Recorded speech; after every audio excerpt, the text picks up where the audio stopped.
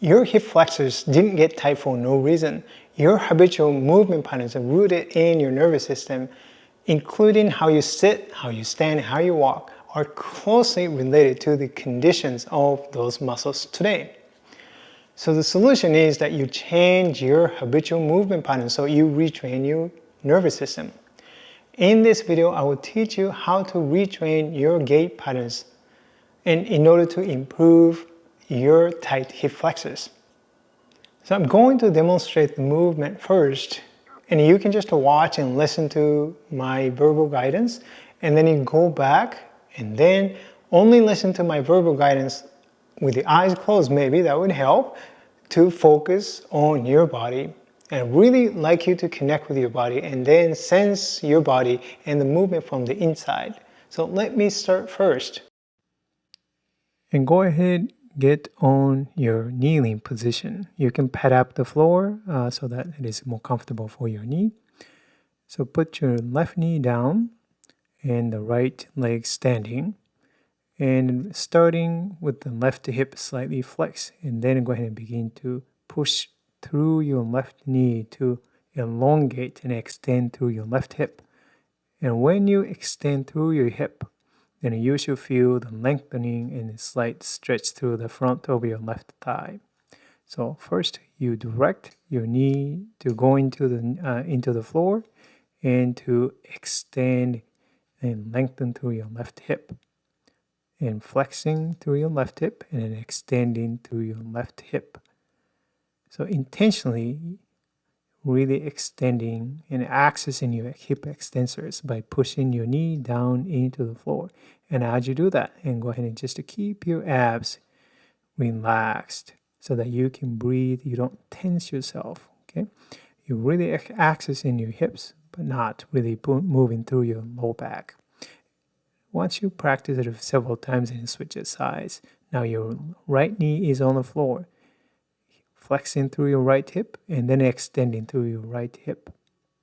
Be sure to not to really push through your low back. You're not extending through your low back, you're extending, lengthening through your right hip, accessing your right hip extensors. And this is very important in your walking. And it is also important that you don't really associate this movement with your abs, your core muscles.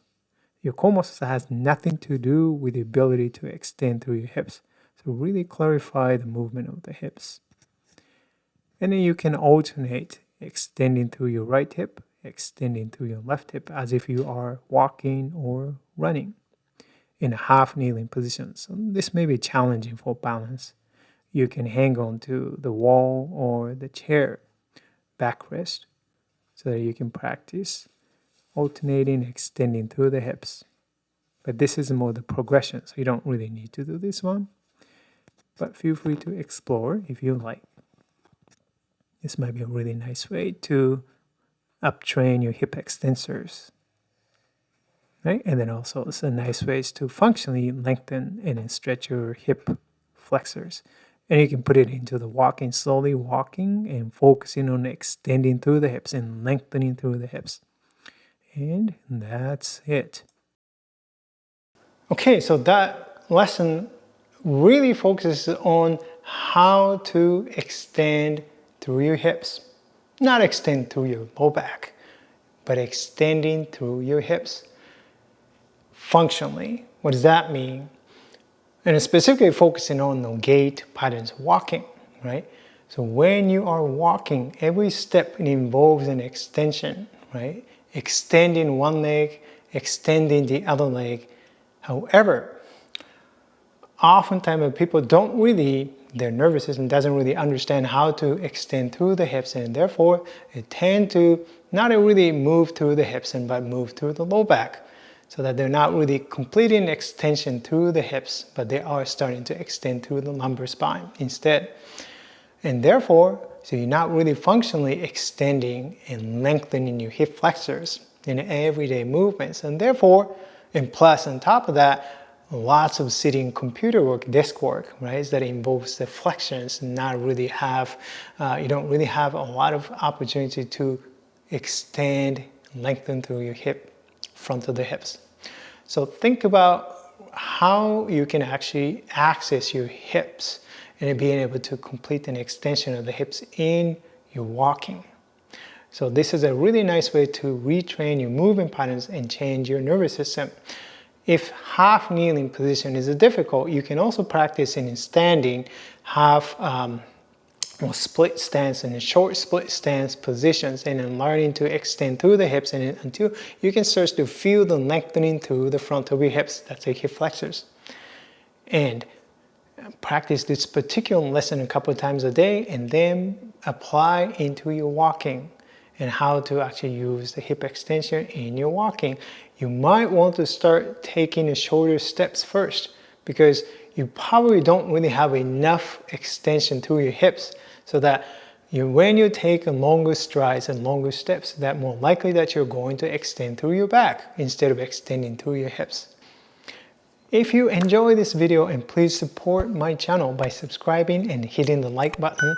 And if conventional approaches aren't really helping you and working for your body, but you want to feel really good in your body again, and please watch my free masterclass. The link is in the description below. And inside the masterclass, and you can apply for my online comprehensive movement course if you want to tap into the power of your nervous system, and so that you can rediscover the joy of moving your body again. And just remember, you have the power and intelligence within you, and that's your nervous system, to overcome your limitations and move beyond. So don't let your current beliefs and preconceived ideas determine your future.